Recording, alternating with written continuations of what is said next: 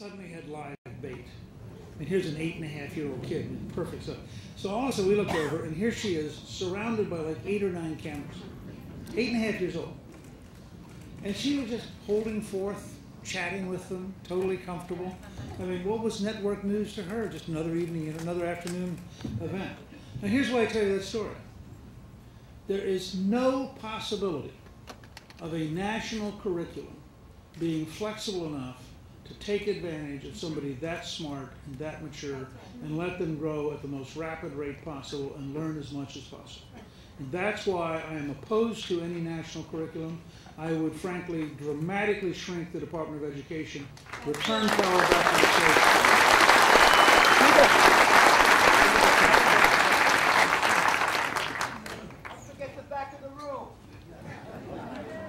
Thank you, Mr. Speaker. My name is Tony Ferrantino. I'm a Korean War veteran. When you become our speaker, can we have your assurance that one of your top priorities will be the welfare of our veterans, past, present, and future? Thank you. Thank you. I want you to go back and before they start rioting back there, I want you to go back and we'll get 2 or 3 questions at the very back here in a second. Let me say that, first of all, my dad was also in the Korean War, and so thank you for serving our country. He served 27 years in the infantry, so you can imagine having grown up as an Army brat where I stand on veterans and on military services. And I can assure you that keeping our commitment to the veterans and to their families will be a very, very high priority in the Gingrich administration.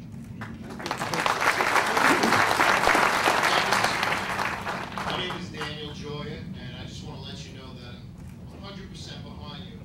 And quite frankly, I believe you're the deliverer to deliver us from liberals in Washington, D.C. My question to you is, we've seen under President Obama all the partisan bickering going on in Washington, closed-door dealings with unions, payoffs to senators in the form of pork and earmarks and bills, and even changing parliamentary procedure in order to get votes for health care.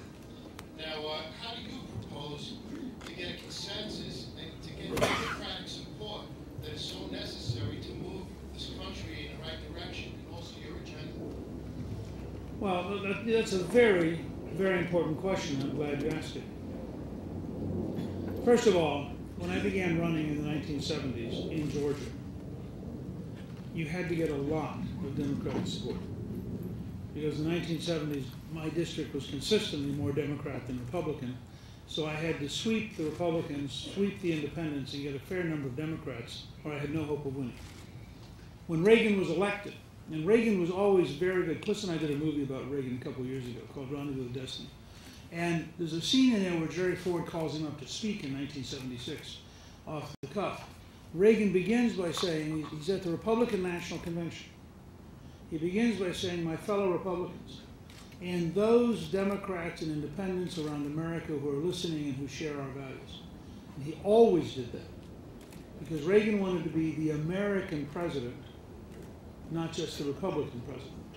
Now, when he got elected, and I played a small but pretty real role in hosting the first Capitol Steps event in history in 1980 with the Governor Reagan and with all the congressional and senatorial candidates. When he got elected, we didn't have a majority in the House. Tip O'Neill was Speaker. So we always had to get about 1/3 of the Democrats to vote with us. And we got very good at grassroots organizing because we had to have folks back home remind the swing Democrats why it was better to be with us than it was to be with the liberals. And all of Reagan's programs that were passed, his big tax cut, for example, you had to get 1/3 of the Democrats, you couldn't pass it. So I grew up, in politics, learning a lot about how you build bipartisan coalition. Calista was the chief clerk of the Agriculture Committee, which is very bipartisan. I was on Public Works, which is very bipartisan. And we came out of that kind of background. When we passed welfare reform, for example, we'd had a conversation. This is why public conversation is so important. 92% of the people in the country favored welfare reform. Now that meant that we split the Democrats evenly. 101 voted no and 101 voted yes. And we had half the Democratic Party voting with us to reform welfare. So I would start and do 3 things. The first is I would pick very large issues and I would try to rally the American people. Reagan described it as that he would shine the light on the American people so they could turn up the heat on Congress. And that's why I asked you to be with me, because that's a key first part. Because remember, you also got to get Republican votes, and they aren't always going to like this stuff either. Second, you try to find things that make Democrats happy that don't involve selling out your principle. I've been trying for months now to get the House Republicans to pass the Webb-Warner bill. This is a bill that allows Virginia to develop oil and gas offshore. Webb and Warner are two Democratic senators. And I'm trying to get the House Republicans to understand if they would just pass the bill without amendment, send it to the Senate. How does Harry Reid stop two of his Democratic senators from bringing their bill up? If they bring it up, it's going to pass, because there are 8 or 9 pro-oil and gas Democrats who are going to vote for it. More American energy is a 79% issue. You then send the bill to the president. He's got 4 out of 5 people like it. It creates American jobs. It creates American energy. And it increases royalties to the federal government. Now, I mean, it would be truly suicidal for the president to veto it. I'm not saying he wouldn't do it, but it would be really, at that point, the average American would think that he's just as hopeless. But that's the kind of thing where you reach out. There's a last part. We couldn't have gotten done what we did without Clinton. Clinton had been governor for 12 years. He understood negotiating with the legislature.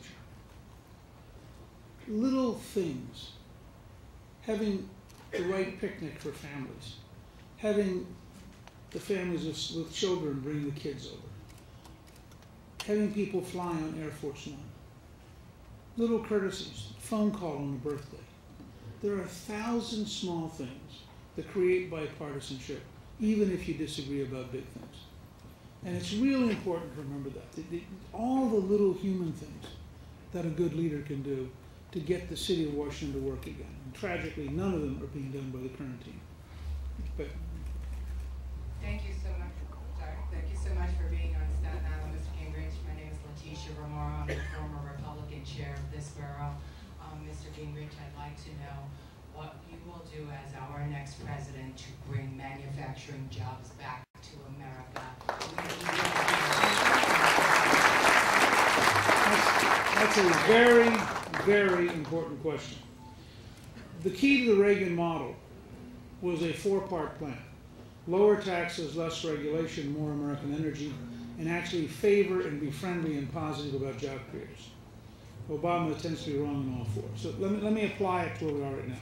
And let me say, manufacturing jobs are important for 2 very different reasons. They're important, first of all, because they create real wealth, and they are a powerful way for people to rise. I mean, folks who may not go to college may be able to go and do a technically advanced job, and their kids may or may not go to college, but they earn good livings, they have a real involvement in the community, and so having manufacturing jobs really is important. Second, you cannot be the arsenal of democracy if you don't have an arsenal. We can't compete with China over the next 50 years if all of our manufacturing goes to China.